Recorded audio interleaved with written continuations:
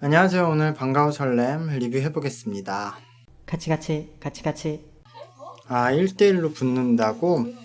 도전자 14명은 다시 두 팀으로 나뉘어서 대결을 펼쳐야 하는데요. 이 대결의 14팀이 장난하나. 그래, 가끔은 이런 게 필요해. 찾아게 되는 겁니다. 영채가 웃길 것 같은데? 영채야, 여기서 웃길 포인트야.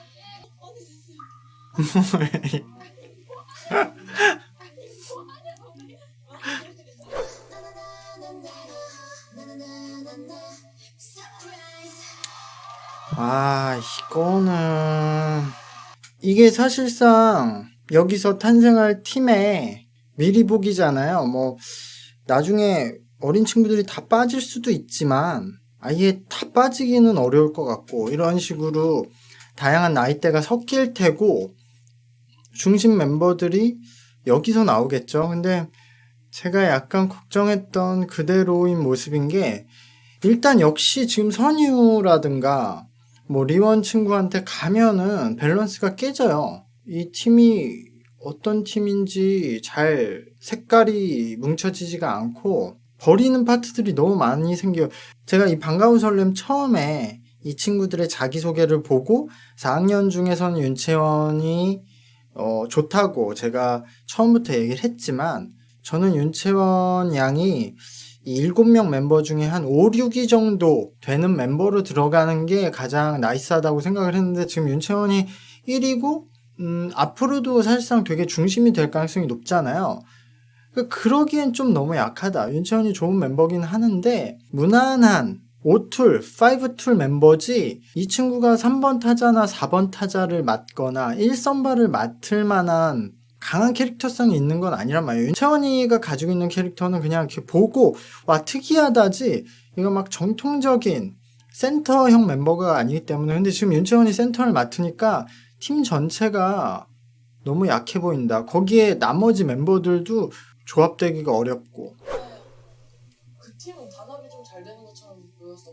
저는 그냥 실력, 여기 안에 캐릭터 이런 거 다 빼고 그냥 개인적인 취향은 홍혜주님이 가장 제 취향이거든요. 근데 저번 무대 때 이미희님 무대 보고 너무 반해서, 전 사실 이미희님 같이 약간 그런 섹시한 캐릭터를 선호하는 스타일은 아닌데 그냥 무대 때 너무 멋있었어요. 근데 이 둘이 지금 각자 다른 팀에 있네.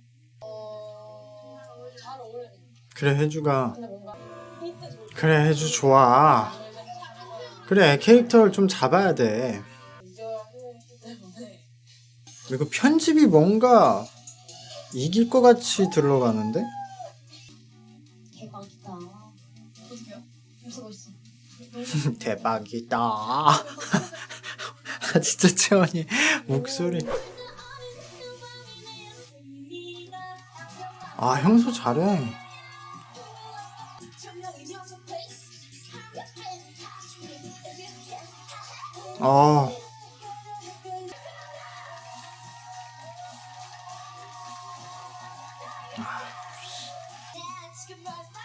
이내랑 지은이가 다 끝냈네.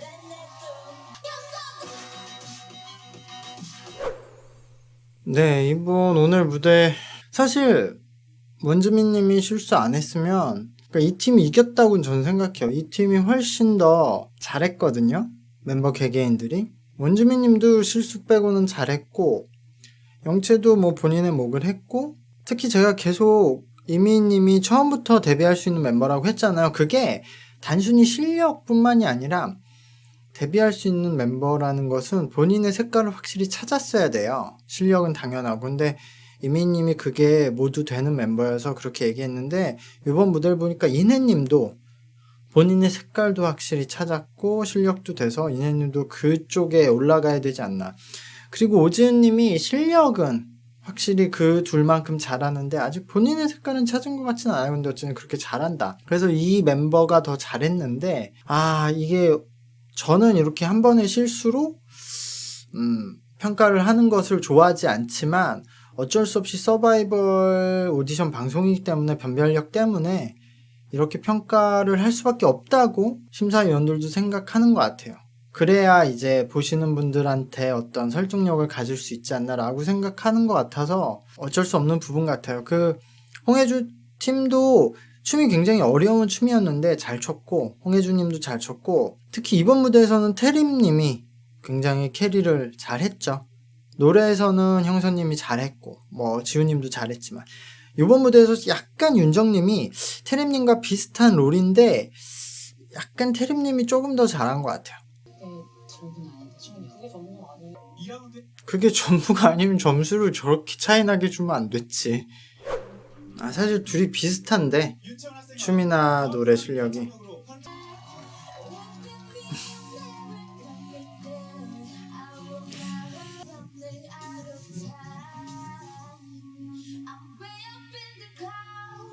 Just to find your house, so far from you now, but I figured it out.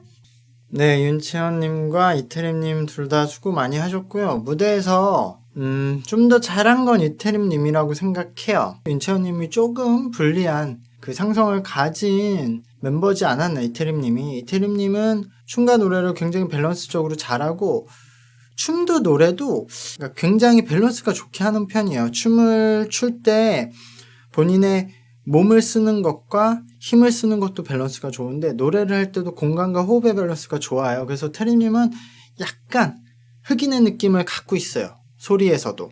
근데 채원님은 약간 서양 보컬 같은 호흡을 더 많이 섞는 타입이고 춤은 굉장히 많이 좋아졌고 저는 윤채원님이 춤을 나쁘게 추진 않는다고 생각하는데 이제 태림님과 비교를 하면 좀 춤은 차이가 많이 나는 느낌. 그래서 이 노래를 윤채원님이 선택했지만 오히려 태림님이 더 잘한 상태인데 이 정도 차이면 태림님이 이기긴 좀 힘들다. 어쨌든 채원님이 얼굴, 비주얼 이런 캐릭터로 인기를 많이 얻고 무대에서 뭐 매력을 충분히 보여줬기 때문에 근소한 차이로는 이기기 힘들다. 그리고 보컬도 윤찬님은 이제 아이유랑 비슷하게 생기셨는데 노래 부르는 방식도 거의 아이유를 많이 학습을 하신 것 같아요. 우리나라에서 현재 더 좋아하는 소리죠. 저렇게 호흡을 많이 섞고 호흡량을 또 많이 유지하는 게. 그래서 노래에서는 저는 둘의 이제 실력 차이보다는 창법의 차이가 좀 난다고 생각하지만 사람들은 윤찬님이 더 노래를 잘한다고 느끼실 것 같아요. 제가 이 자리를 꼭 지킬 수 있게 해주신다면 앞으로도 말하는 거 되게 웃겨. 로봇 같아.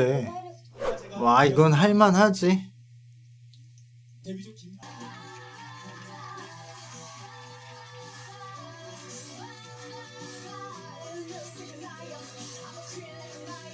두 분 다 수고 많이 하셨고요. 이것도 역시 선유가 상성이 잘 안 맞았던 것 같아요. 최인정님도 올라운더고 선유도 올라운더인데 걷다가 또 둘 다 주특기는 댄스잖아요. 그러니까 이렇게 1대1로 붙으면 높은 학년 친구들이 더 잘하는 게 잘 보일 수밖에 없죠. 그래서 선유님이 선택한 노래인데 이것도 전혀 이득이 없었던 것 같아요. 선유님이 뭐 목 상태가 안 좋은 것처럼 좀 편집이 흐름이 갔는데 그렇지는 않았어요. 노래 들어가서는 평소대로 노래를 했고 춤도 췄는데 사실 선유님이 저 나이 치고 진짜 춤은 잘 추는 거거든요. 춤에 대한 재능은 많이 있는데 노래도 잘 하는 편이고 근데 최윤정님도 춤을 잘 추고 노래도 잘하는 편인데다가 최윤정님은 일단 무대에서 미치는 사람이잖아요. 무대 체질이잖아요. 그래서 사실 최윤정님이 노래를 그렇게 잘하는 건 아니에요. 다른 멤버들에 비해서. 그러니까 춤에 더 능력치가 많이 가 있는 편이고 춤을 추면서 노래하는 데 익숙해서 노래를 소리를 정확히 만드는 것보다는 소리를 안정적이게 내는 데만 좀 스탯이 가 있어서 소리는 안정적이게 나오는데 이게 약간 몸의 힘을 이용하는 소리라서 약간 둔탁하게 나오거든요. 근데 그건 선유도 마찬가지여서 정말 상성상으로 안 좋은 무대였고 어쩌면 바뀔 수도 있겠다. 물론 선유가 인기가 굉장히 많은 친구라서 뭐 인기를 무시할 수가 없는데 투표에서 근데 이 무대는 어쩌면 순서로 바뀔 수도 있겠다는 생각이 들어요. 왜냐면 선유가 처음으로 좀 긴장을 많이 했어요. 무대에서 원래 소녀도 무대에서 잘하는 친구인데 이 자기보다 나이가 많은 선배와 1대1 대결은 부담이 됐나 봐요. 그래서 굉장히 긴장을 많이 하고 겁을 먹고 했던 느낌이 느껴졌었던 것 같아요. 뭐야 이건 또 살 뺐다더니 다시 쪘네? 특별 활동은 또 뭐야?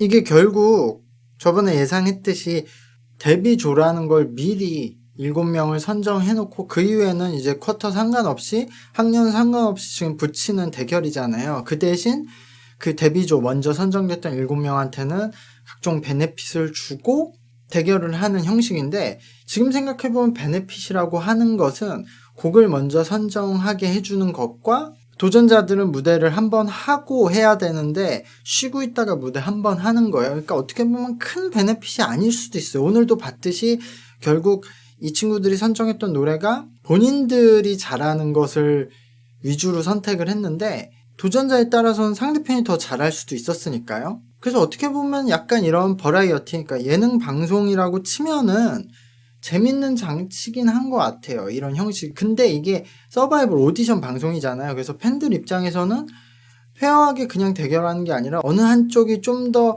뭔가 베네핏을 갖고 대결하는 게 투표를 하고 이 서바이벌 방송을 응원하는 데는 방해가 될 수도 있겠다는 생각은 했어요.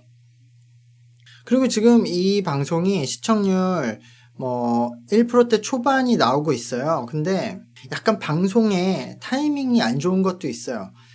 제가 요즘에 그 학생들한테 물어보면은 어쨌든 프로듀스 시리즈가 조작 사건이 발표된 이후에 그 학생들, 중학생, 고등학생 친구들 입장에서는 아이돌, 서바이벌 오디션 방송에 대한 관심이 많이 줄은 것 같이 보이더라고요. 물론 굉장히 오래 해와서 조금 질린 것도 있겠지만 결정적으로 좀 그런 것 때문에 회의감이 들고 관심이 떨어진 느낌? 그래서 걸스 플래닛도 굉장히 시청률이 안 나왔죠. 그전에 아이랜드도 그랬고요. 이거 일본에서 특별 방송을 한다고 굉장히 지금 홍보를 하고 있는데 제가 일본 쪽에 물어봐도 관심이 별로 없더라고요. 아무래도 일본이 참가자가 몇 명 없고 전체적으로 그냥 방송에 대한 관심이 별로 없는 느낌. 아무래도 그래서 역시 그런 외국인 참가자의 그 유무가 좀 중요한 것 같아요. 홍보도 지금 그렇게 하고 있는데 반가운 설렘은 뷰가 온라인 뷰, 그러니까 유튜브랑 틱톡에서는 뷰가 어느 정도 나오고 있어요. 몇십만 뷰에 100만 뷰 넘는 것도 있고. 근데 이것도 약간 어폐가 있는 게 유튜브에 이 영상이 올라가는 채널이 MBC 공식 채널에 올라가고 또 하나가 MBC 분화된 채널이 하나 있죠. 그 두 군데에 올라가는데 MBC 공식 채널에 올라가는 건 막 몇십만 부 넘게 나와요. 그게 왜냐면 MBC 공식 채널에 구독자 수가 엄청 많아요.